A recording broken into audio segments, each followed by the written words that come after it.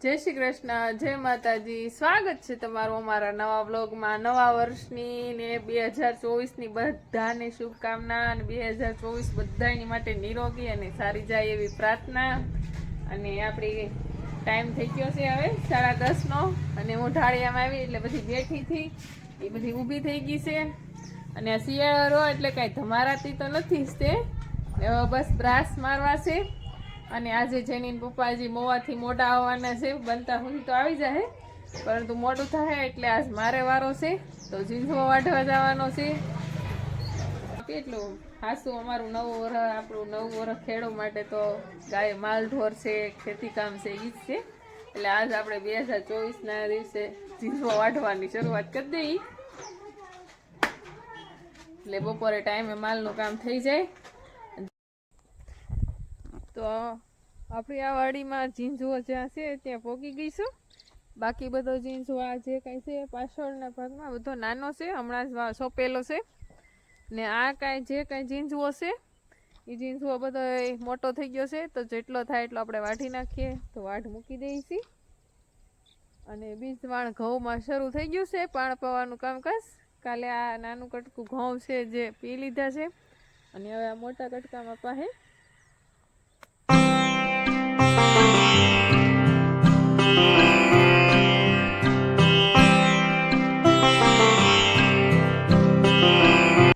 તો 12 વાગી ગયા છે, ફૂલ માલનો ટાઈમ થઈ ગયો છે. 11:30 કરી, અડધી કલાક મોડું થઈ ગયું છે વાઢવા ગયા એટલે. તો માલ પાઈ લેવું. અને પૂર્વા પણ જાગી ગઈ છે, તો પૂર્વા બિસ્કિટ ખાવા બેસી ગઈ છે. કા પૂર્વા? બકરા પણ ઘરે જવા મળ્યા છે ખાઈ પીને.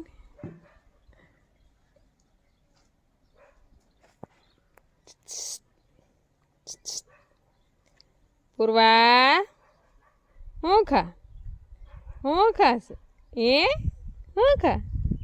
હિંદોળે બેસી ગઈ હિસકા ખાવા. કાં પડી જાય? એમ ન કરાય, નીચે પડી જાય, બરાબર નીચે પડી જાય. હા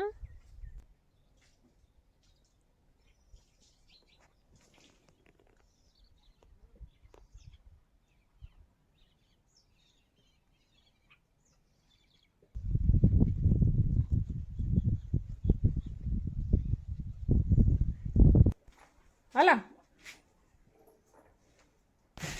પાહ ઓઠ ગંગા હાલ. ઉમા પાહ હાલો ઉમા. ઉમાને તો ઊભું થવું આકરું પડશે. માયા અને ગંગા ઊભા થઈ ગયા છે. આખી રે આઈસી માર દે. ઉમા ઉઠ, ઊભી થા. પાહો એક પગમાં તણખ્યો હોવાને લીધે ઉમાને બહુ જ વાર લાગે છે ઊભું થવામાં. ઓપરેશનનો વારો લઈ લેવાનો છે બને ત્યાં સુધી. તો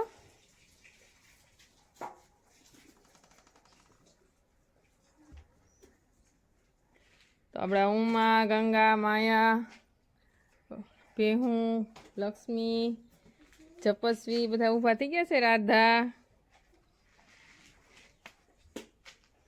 આ માયાની વાસળી છે. માયા નથી રાખવાની એટલે કાંઈ નામ નહોતું પાડ્યું, પણ હવે એનું નામ વિચારવાનું છે અને ખીહેરના દિવસે નામ પાડવાનું છે. તો હું નામ પાડી એ કમેન્ટ કરજો.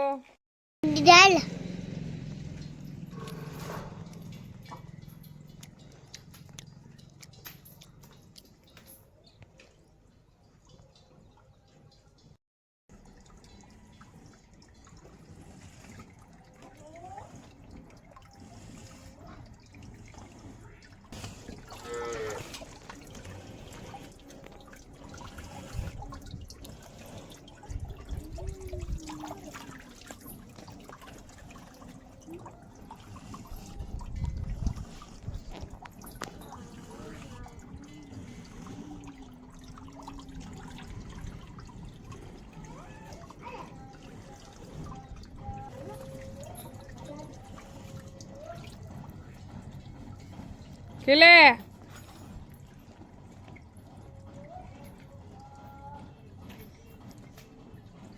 પેલા એની વાસળી પાસે જાહે, પછી ખીલે જાહે. બસ હાલ હવે અલે ઓ અલે માયા અલે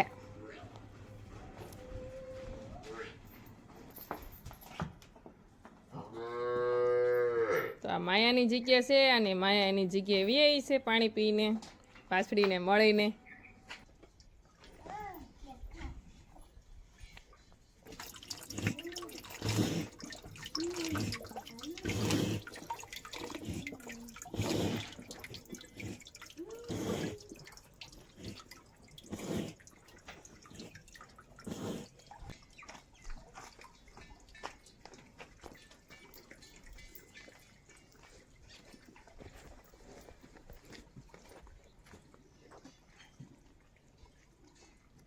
ખીલે હાલ ગંગા.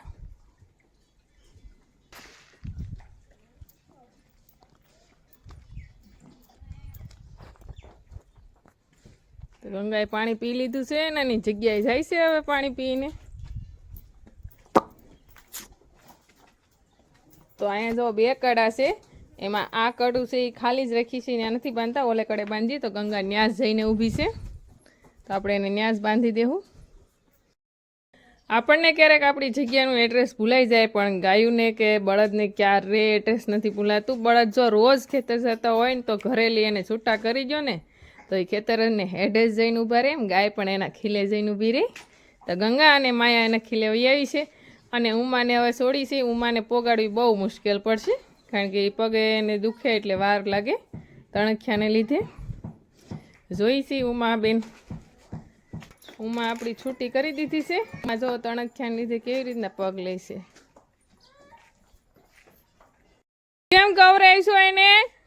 હે નહીં લે નહીં, સાની રહી જા પૂર્વા. જો યશવી હવે પૂર્વાને તેડ એવડી થઈ ગઈ અને અંદર લઈ ગઈ છે. પાણી પી લીધું પૂર્વાને યશવી અંદર લઈ ગઈ ને પગ જો આવી રીતના પાછળ એનો ખેંચાતો રહેશે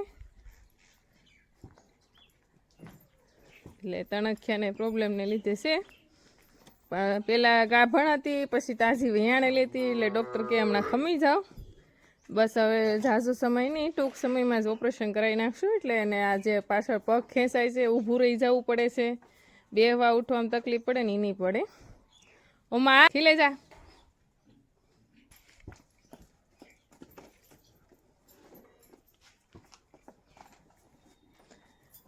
આ ગાયોની સમજણ ને શક્તિ છે કે જે એની હાથે પાણી પીયાવીને એ ના જ ખીલે આવે. હવે હું એકવાર ભેંસ છોડીને બતાવી, જો ભેંસને મેં કદાચ હાકળ છૂટી મૂકી હોય તો ગમે એ ભેંસને જ્યારે બાંધીને હિંગળું નાખી દે, કારણ કે એટલી સેફટી રાખવી પડે. અને ગાયોને એટલી સેફટી આપણે નથી રાખી શકતા કારણ કે એનામાં આપણી જેટલી સમજણ હોય કે શું કરવું શું નહીં. કાઉમાં પાણી પીધું? હે હાલ હવે બાંધી દઉં. નથી બાંધવું? કેમ? બાંધવું તો પડે હો. બાંધાવે કે તું રે લે, ના ન પડાય, બાંધવી તો પડે જ તે. હાલ બાંધવ.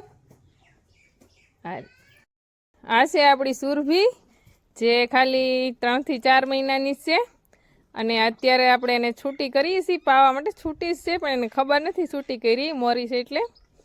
તો આપણે એને પાવા માટે મોકલીએ છીએ. જો તમે અમારી સુરભીના તોફાન.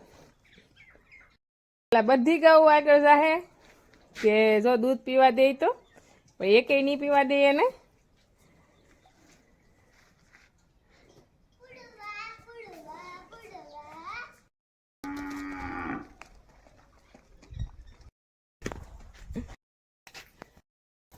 આમથી આમ ધોળવા મળી છે, ઠેકવા મળી છે.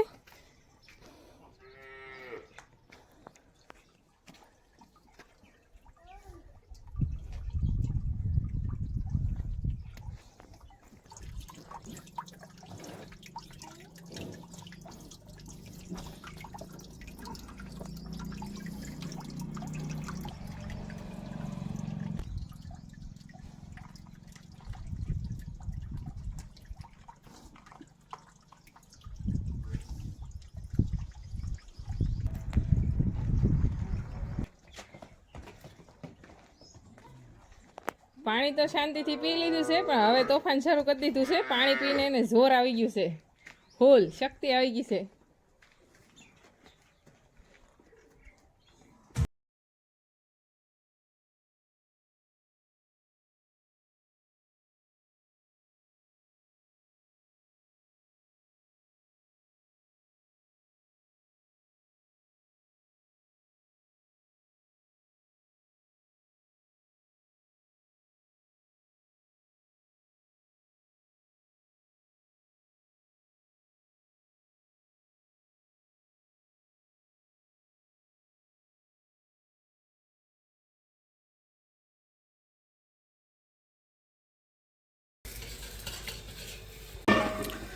મેથીના થેપલા બનાવવા મળે એમને લહણિયા, લીલા લસણિયા, લીલા લસણિયા થેપલા, લીલી કોથમરી ને લીલા લહણ. ગાયનું આ શિયાળા માખણ. હા, શિયાળામાં જેટલું લીલોતરી મળે ને એટલું બનાવી બનાવીને ખાઈ લેવા. પછી ઉનાળામાં તો હું બનાવેલો ને તો ભાવે નહીં. તો હાલો મેથીના રોટલા ને સાદું રોટલી ખાવા.